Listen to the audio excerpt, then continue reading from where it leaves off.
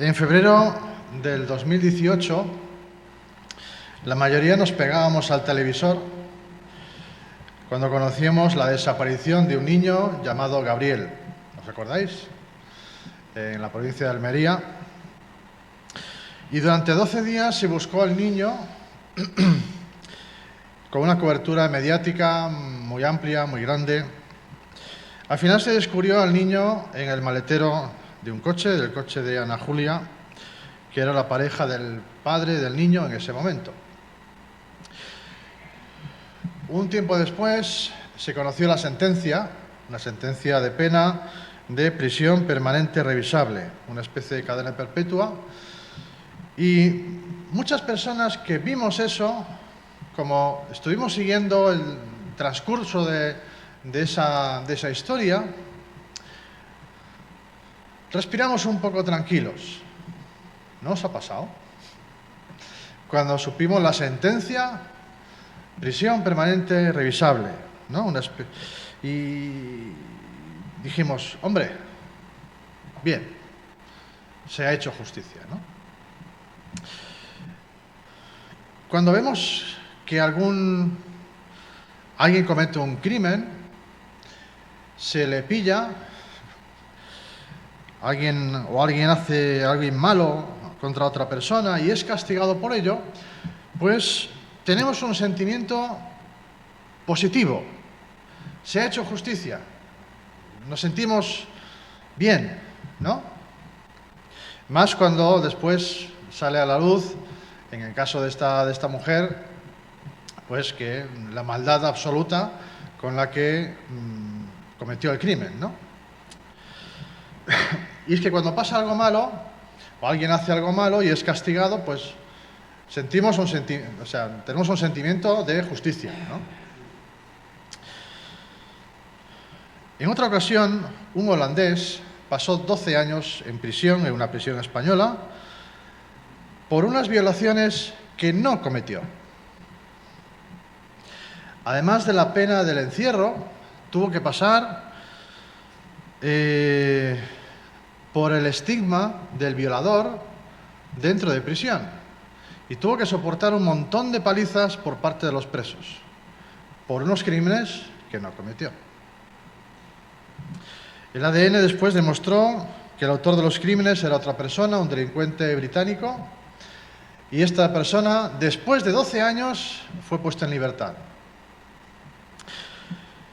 Y claro, cuando ves esto, al contrario de la noticia anterior, ese sentimiento de justicia ya no es tan positivo, ¿no?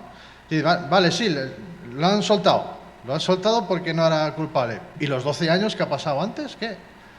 ¿Y las palizas que ha tenido que soportar? ¿Y el estigma social que ahora tenía que arrastrar este hombre? Ya no sentimos que se ha hecho justicia, ¿no? No nos gusta tanto. En la historia que vamos a leer hoy, continuamos en el capítulo 7 de Esther, vamos al capítulo 7, y tenemos una de estas dos sensaciones al final del capítulo. La de que se hizo justicia. La persona que comete crímenes, la persona malvada, el malo de la película, es castigado, ¿no? Entonces nos sentimos bien. Sabemos que no siempre es así, como vemos en la otra noticia que os he contado, pero en esta ocasión sí lo es. Vamos a ir a Esther, capítulo 7. Dice así, que el rey y Amán fueron al banquete a beber vino con la reina Esther. También el segundo día, mientras bebían vino en el banquete, el rey dijo a Esther, ¿cuál es tu petición, reina Esther? ¿Te será concedida? ¿Cuál es tu deseo? Hasta la mitad del reino se te dará. Respondió la reina Esther y dijo, si he hallado gracia ante tus ojos, oh rey, si le place al rey, que me sea concedida la vida según mi petición y la de mi pueblo según mi deseo. Porque hemos sido vendidos, yo y mi pueblo, para el exterminio, para la matanza y para la destrucción. Y si solo hubiéramos sido vendidos como esclavos o esclavas, hubiera permanecido callada, porque el mal no se podría comparar con el disgusto del rey. Entonces el rey Asuero preguntó a la reina Ester: ¿quién es y dónde está el que pretende hacer tal cosa? Y Ester respondió: el adversario y enemigo es este malvado Amán. Entonces Amán se sobrecogió de terror delante del rey y de la reina. Y dejando de beber vino, el rey se levantó lleno de furor y salió al jardín del palacio. Pero Amán se quedó para rogar por su vida a la reina Ester, porque vio que el mal había sido determinado contra él por el rey. Cuando el rey volvió del jardín del palacio al lugar donde estaban bebiendo vino, Amán se había dejado caer sobre el lecho donde estaba Ester. Entonces el rey dijo: ¿aún se atreve a hacer violencia a la reina estando yo en la casa? Al salir la palabra de la boca del rey, cubrieron el rostro a Amán. Entonces Arbona, uno de los eunucos que estaban delante del rey, dijo: he aquí, precisamente, la horca de 50 codos de alto está en la casa de Amán, la cual había preparado Amán para Mardoqueo, quien había hablado bien en favor del rey. Y el rey dijo: ahorcadlo en ella. Colgaron pues a Amán en la horca que había preparado para Mardoqueo, y se aplacó el furor del rey. Hasta aquí. Bueno, el capítulo 7 comienza después de que el último versículo del capítulo 6 nos transmite una idea de prisa. Todo va corriendo muy deprisa, todo va muy rápido. El último versículo del capítulo 6 dice que aún estaban hablando con él estaba en su casa hablando con sus amigos, cuando llegaron los eunucos del rey y llevaron a prisa a Amán al banquete que Ester había preparado. Terminamos el capítulo 6 con la decepción, la frustración de un hombre que se creía que merecía el favor del rey y que era la persona más importante del reino. Y él fue a pedir al rey que le dejara matar a quien encarnaba a su enemigo, a su adversario. Y lo que el rey le dice es todo lo contrario: tiene que honrar públicamente a este enemigo que es Mardoqueo. Y cuando estaba contando todo esto a su familia, contándoles toda su decepción y cómo parecía que todo se estaba desmoronando a su alrededor, llegan los eunucos, siervos del rey, y le dicen que tiene que irse, que no puede hacer esperar al rey, que ya es la hora. Voy a decir que señalaba el reloj, pero no señalaba el reloj. Que ya es la hora del banquete, que se tiene que preparar, que no puede llegar tarde, no puedes hacer esperar al rey. Y a la reina, claro. Así que tenemos una escena en la que no hay un segundo de descanso. No lo hay. Nos podemos imaginar que llega a prisa al banquete, pero bueno, a tiempo, se supone. Y en el banquete se nos dice en el versículo 1 explícitamente que el rey y Amán fueron a beber vino con la reina Ester. Y por tercera vez el rey le dice a Ester que cuál es su petición. Asuero sabía que algo hay detrás de estos banquetes, ¿no? Algo hay. Y el rey le vuelve a decir: Ester, ¿cuál es tu petición? Te será concedida. ¿Cuál es tu deseo? Hasta la mitad del reino se te dará. A ver, esto no significa necesariamente que Asuero le iba a dejar gobernar la mitad del reino.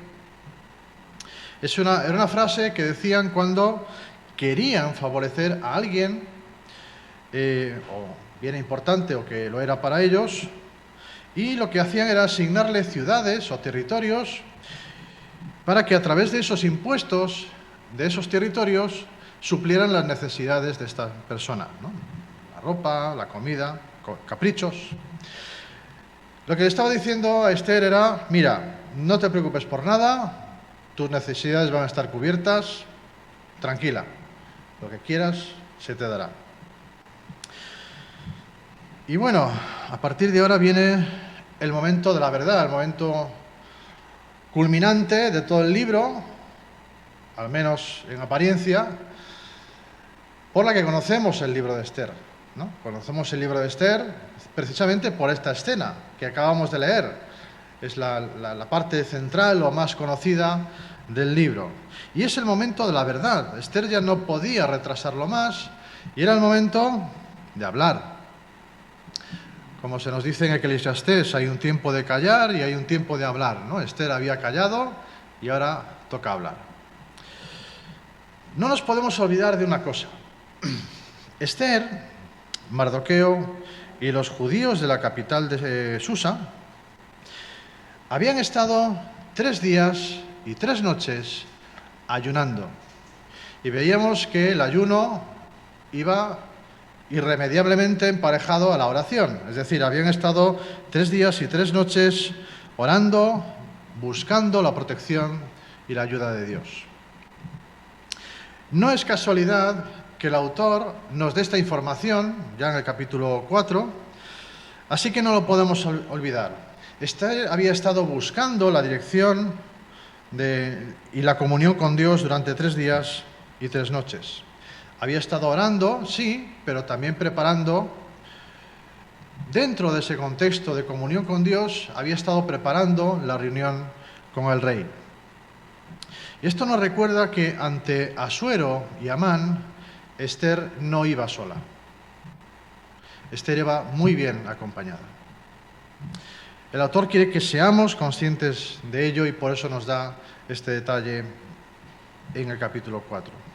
Así que debemos ver los acontecimientos que se desarrollan aquí, sabiendo que Esther y su pueblo se habían puesto en manos de Dios, aunque no se dice explícitamente,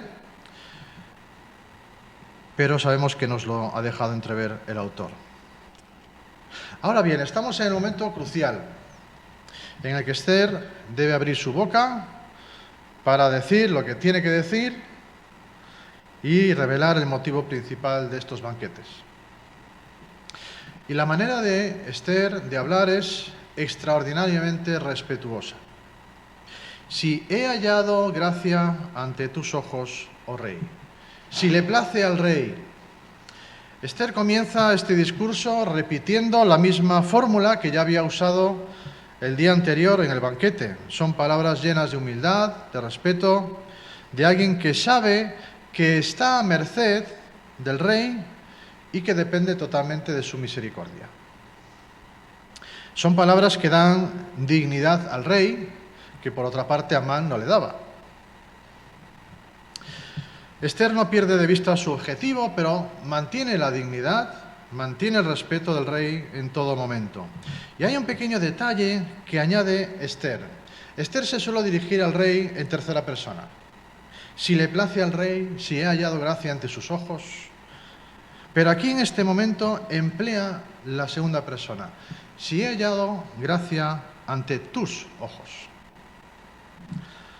Se permite hablar con intimidad al rey y acercarse al corazón del rey. Y esta es una característica que nos recuerda precisamente que Esther llevaba 3 días acudiendo en oración y súplica al Rey de Reyes, a Yahvé de los ejércitos. Algo que nosotros también debemos tener en cuenta y que nos lleva al texto que conocemos también en Hebreos, capítulo 4. Acerquémonos con confianza al trono de la gracia para que recibamos misericordia y hallemos gracia para el oportuno socorro.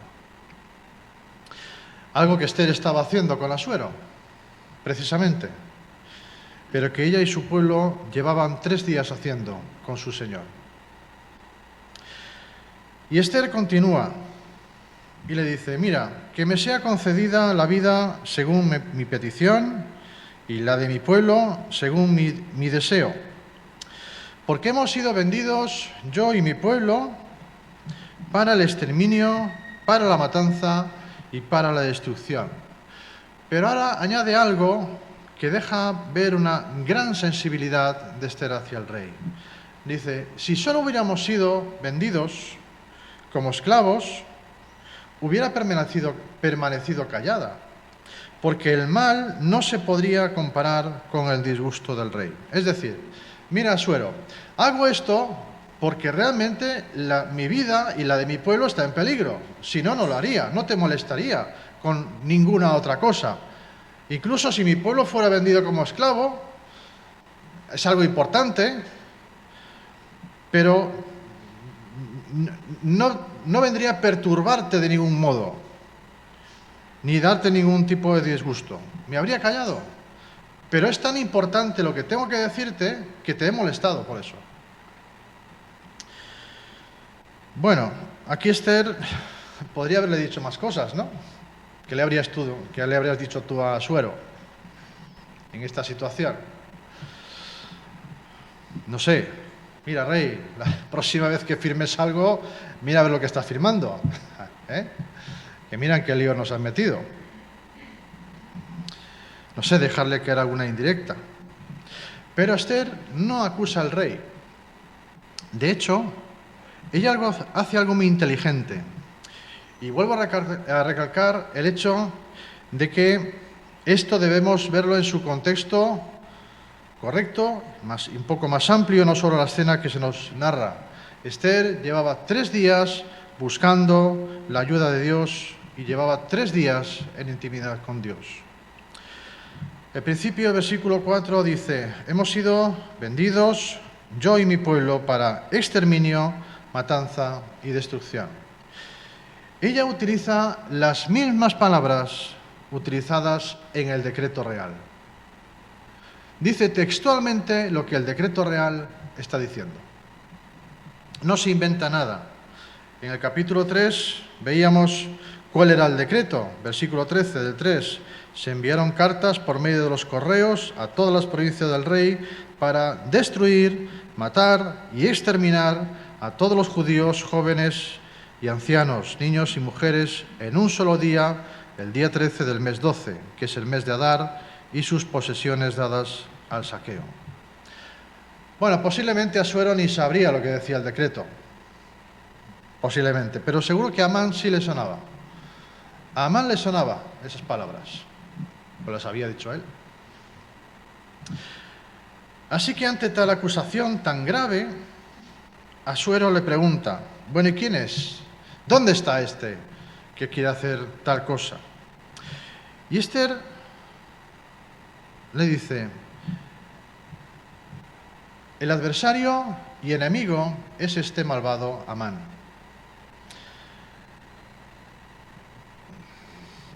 Bueno, yo no sabría reproducir cómo se hace, cómo lo haría Esther, ¿no? No tenemos ni idea de cómo nos lo podemos imaginar. Pero no sé si puedo imaginarme siquiera la cara que pondría Amán cuando Esther dijo esto. Los 3 en la mesa o lo que fuera que tuvieran para beber, los eunucos, por supuesto, ahí alrededor, pero la cena era para los 3, estaban ellos 3. Y Esther señala a Amán como adversario y enemigo. E incluso en esta acusación Esther es muy inteligente. Es muy inteligente porque estos calificativos de adversario y enemigo no son casuales. Amán es el adversario del pueblo judío, sí, pero también es enemigo de los intereses del propio Asuero, del propio rey. Todo lo que hace Amán es por egoísmo. Le importa muy poco todos los demás. Todo lo hace por egoísmo, no lo hace por el bien del reino. Quiere recibir los aplausos de los demás. Solo está a gusto si los demás le adoran, le alaban. De hecho, tenía un disgusto enorme con Mardoqueo porque no lo hacía. Por una persona que no lo hacía. Pero en esta palabra enemigo está el matiz también de alzarse como el rival del propio Asuero. Asuero tenía un rival escondido que era el propio Amán. Además, el dinero que ofreció al rey no podía compensar el daño a la propia sociedad, porque se crearía un desajuste enorme. El pueblo judío contribuía a la economía y al desarrollo del reino, tal y como atestiguan ciertos documentos que se encontraron, en los que se describen transacciones económicas de personas judías y eran transacciones económicas de una cuantía importante. Es decir, los judíos tenían sus negocios, eran prósperos en esa sociedad. Y deshacerse de los judíos iba a ser una debacle económica muy grande. Bueno, y el autor nos describe cuál es la reacción de Amán. Dice que Amán se sobrecogió de terror delante del rey y de la reina. No sé cómo se puede describir esa situación, ¿no? No es un susto, es un miedo que te hace temblar. Se aterrorizó. Y es que Amán no había tenido tiempo, fijaos, de sobreponerse del disgusto de la conversación con sus amigos. Acaba de tener una conversación con sus amigos que le habían dicho, mira, si Mardoqueo es judío, no puedes con él. No puedes con él. Ahora ya, con esto que le viene encima, pues bueno, no tiene ni fuerzas ni argumentos para defenderse. Dice un comentarista que en el fondo, hablando de Amán, es un cobarde que no puede aspirar a la valentía de Esther y se deja dominar por el terror. Y claro, es que se acaba de dar cuenta de que la reina era judía. Él no lo sabía. Se acaba de dar cuenta de que la reina era judía. Es en este preciso momento en el que descubre ese hecho. No lo sabía. Está acabado. Amán está acabado. Otro comentarista dice sobre lo que le pasa a Amán, dice que los que son más arrogantes e insolentes cuando ostentan el poder y gozan de prosperidad, suelen ser los más ruines y despreciables cuando caen. Esto describe lo que vemos a continuación, la actitud de Amán. Es que en ese momento el rey se levanta, deja de beber vino, sale al jardín lleno de ira, y es que se acaba de dar cuenta de que su mano derecha lo había hecho firmar un decreto de muerte para su esposa. ¿Cómo te quedarías tú al saber esto? La había firmado Amán, es cierto, pero es que el rey le había dado el anillo y el poder de firmar en su nombre, así que en realidad es como si lo hubiera firmado el mismo rey. Tenemos por un lado al rey ahora con un gran problema. ¿Cómo condenar a Amán por un decreto que llevaba el mismo sello del rey? ¿Qué hacer? Por otro lado tenemos a Esther, que no sé si la reacción del rey la intranquilizó más o menos, porque no sé si dijo algo, pero el texto no nos dice que ella supiera que el rey se enfadaba con Amán. Podría bien estar enfadado por no haberle dicho su origen antes. También es cierto que el rey podría haber preguntado, ¿no? Pero Esther nunca se lo dijo. Y por otro lado tenemos a Amán, que a él no le cabe ninguna duda que es él el objeto de la furia del rey. Mientras el rey sale, Amán se queda solo con la reina, rogando por su vida. Y desesperado acude a la única persona que podría ayudarlo en esa situación, la reina, que era de la raza y del pueblo que él odiaba. Bastante humillación había tenido ya con pasearse por las calles honrando públicamente a Mardoqueo, una persona a la que odiaba profundamente, y ahora, para colmo de su humillación, tiene que pedir ayuda a una reina judía.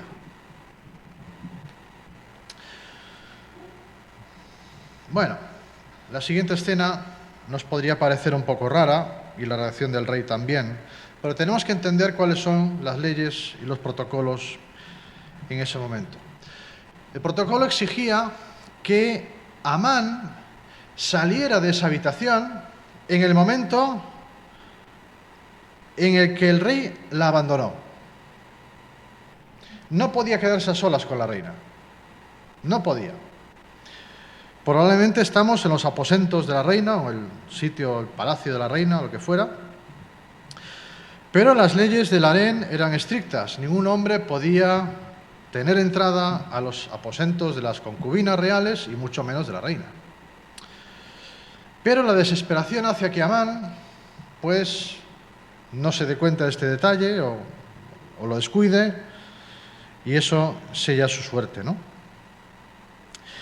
Esto también hizo que para el rey fuera más fácil emitir la sentencia. Tenía la excusa perfecta para hacerlo. Ya que Amán se acerca a la reina o al diván de la reina, en el que Esther estaba reclinada, posiblemente recostada,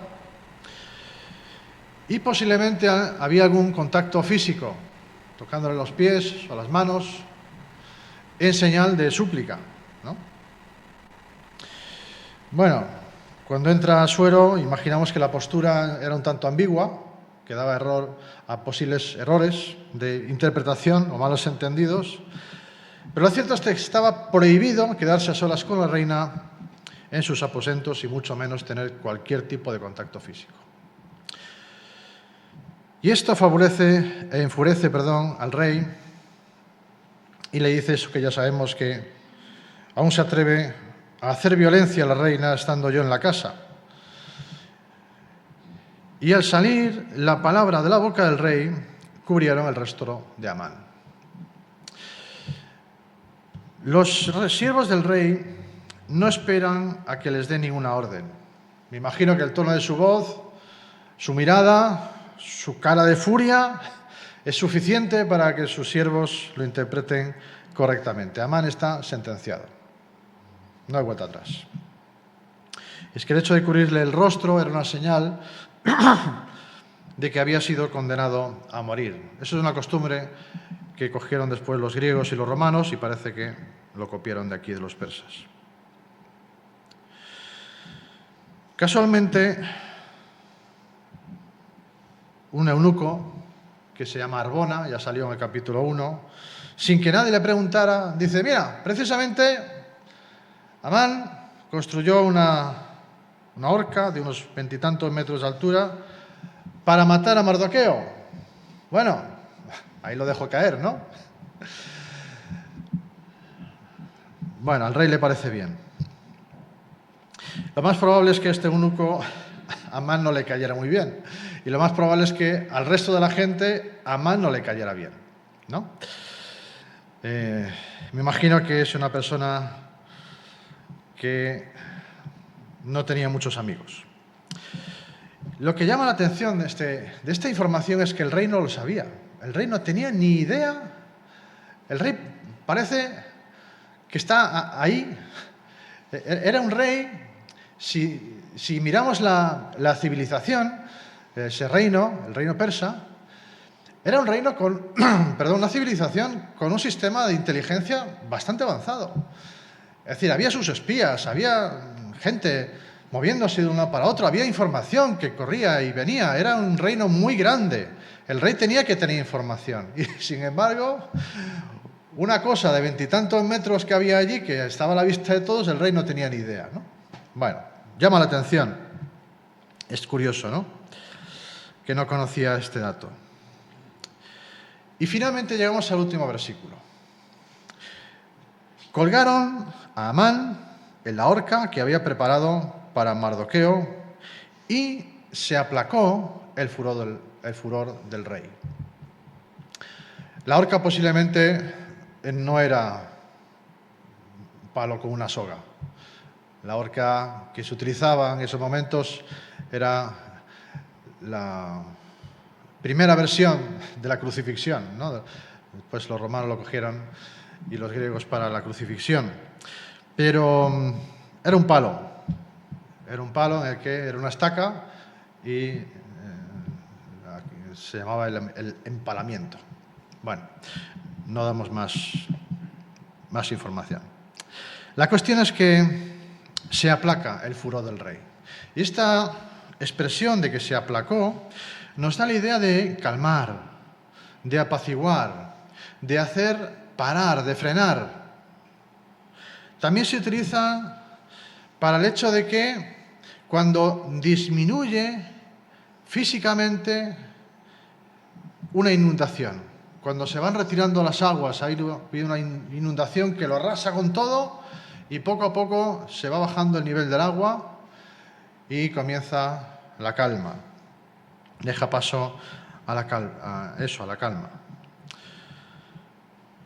Tenemos ese torrente de ira, de emociones en el rey, y viendo que, según su concepto de justicia, se había hecho justicia, entonces su furor se va calmando. Y esta sensación del rey, ¿no la tenéis vosotros también? Esta sensación de que, bueno, menos mal, ¿no? ¿Ves el desenlace de esta historia? Y la sensación de que tiene el rey de, bueno, ya está, ¿no? Todo lo malo lo hemos zanjado, hemos quitado el mal de raíz, ¿no? del reino. ¿No os da la sensación de que nosotros también tenemos esta sensación de que el malo, por fin, el malo pierde y los buenos ganan, ¿no? Las películas que nos gusta ver, bueno, algunos, ¿no? Tenemos esta sensación al ver el desenlace. Claro, cuando uno llega al final de este capítulo, bien podría decir, bueno, ya está, ¿no? La historia de Esther, aquí termina, ya está. Pues eso, los malos pierden, los buenos ganan y el libro se podría acabar aquí perfectamente, ¿no? Y tenemos un desenlace que nosotros podríamos calificar de justo, bonito.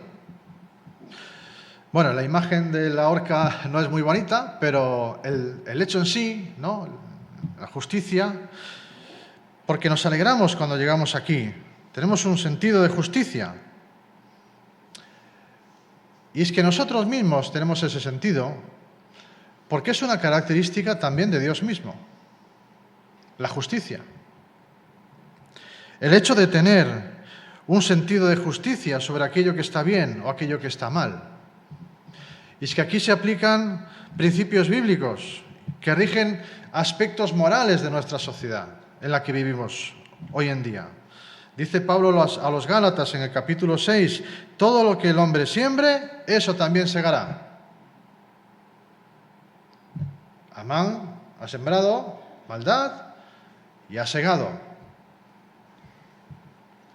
Proverbios 22, 8, el que siembra iniquidad segará vanidad, y la vara de su furor perecerá. Son principios bíblicos, ¿no?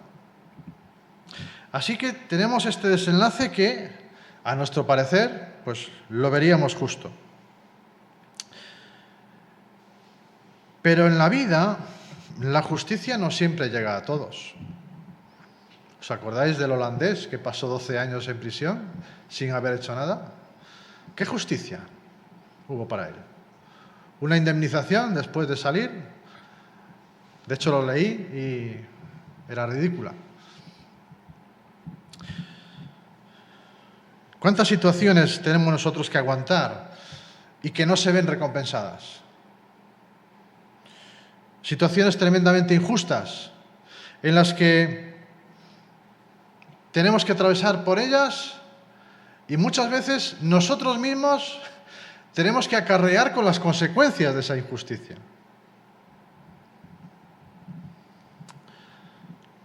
No recibimos justicia. Nuestro deseo de justicia, nuestro anhelo de justicia, de que se haga esa justicia, no la recibimos. No se satisface nuestro deseo de justicia. Pero eso es, como dice el libro de Eclesiastés, debajo del sol. Porque llegará un día en el que sí recibiremos justicia. Sí recibiremos justicia de parte del juez supremo. Y Dios pagará a cada uno conforme a su justicia perfecta. Eso será cuando Cristo venga en su gloria y sea vindicado por el Padre ante todo el mundo. Y eso nos hace mirar por encima del sol, más allá del sol. En el libro de Esther vemos de forma visible la mano de Dios obrando a favor de su pueblo. Y lo que vemos es que Dios tiene un tiempo para todo. Un tiempo que no se ajusta al nuestro, por supuesto. A veces nos parece que tarda y otras veces nos parece que va demasiado rápido. Pero es el tiempo perfecto. El tiempo de Dios es perfecto. Desde Génesis 3 tenemos la promesa de un Salvador. Vemos cómo se le da esa promesa a Abraham, a David, a los profetas. Y acaba el Antiguo Testamento, pasan 400 años y no ocurre nada. Dios permanece callado. Hasta que el tiempo se cumple. El tiempo de Dios se cumple. Y entonces en una noche, unos pastores que estaban con sus rebaños son sorprendidos con una gran luz y la voz de un ángel que les dice: tranquilos, os traigo buenas noticias que son para todo el pueblo, porque hoy, en el tiempo establecido por Dios, hoy os ha nacido en la ciudad de David un Salvador, un libertador, que es Cristo el Señor. Cristo vino una vez como Salvador para salvarnos y salvarnos a nosotros de la separación eterna con Él, para que tengamos la oportunidad la oportunidad de estar con Él de forma eterna. Pero volverá otra vez. Y esa vez lo hará como Rey, como Señor, como Juez. Y lo hará en su tiempo. Y su justicia será perfecta. No hay nada, absolutamente nada, que pase por alto. Vamos a terminar con un texto. Está en Apocalipsis, capítulo 5, versículo 11. Juan nos está hablando de lo que ve en esa visión. Apocalipsis 5, 11 dice: y miré y oí la voz de muchos ángeles alrededor del trono y de los seres vivientes y de los ancianos. Y el número de ellos eran miríadas de miríadas y millares de millares, que decían a gran voz: el Cordero que fue inmolado, digno es de recibir el poder, las riquezas, la sabiduría, la fortaleza, el honor, la gloria y la alabanza. Y a toda cosa creada que está en el cielo, sobre la tierra, debajo de la tierra y en el mar, y a todas las cosas que en ellos hay, oí decir: al que está sentado en el trono y al Cordero sea la alabanza, la honra, la gloria y el dominio por los siglos de los siglos. Y los 4 seres vivientes que dijeron: amén. No solo eso, los ancianos se postraron y adoraron. Que esta sea nuestra actitud, no solo esta mañana de domingo, sino todos los días de nuestra vida. Demos alabanza, demos honra, demos gloria al Cordero que fue inmolado. Postrémonos, adoremos solo a Él. Amén.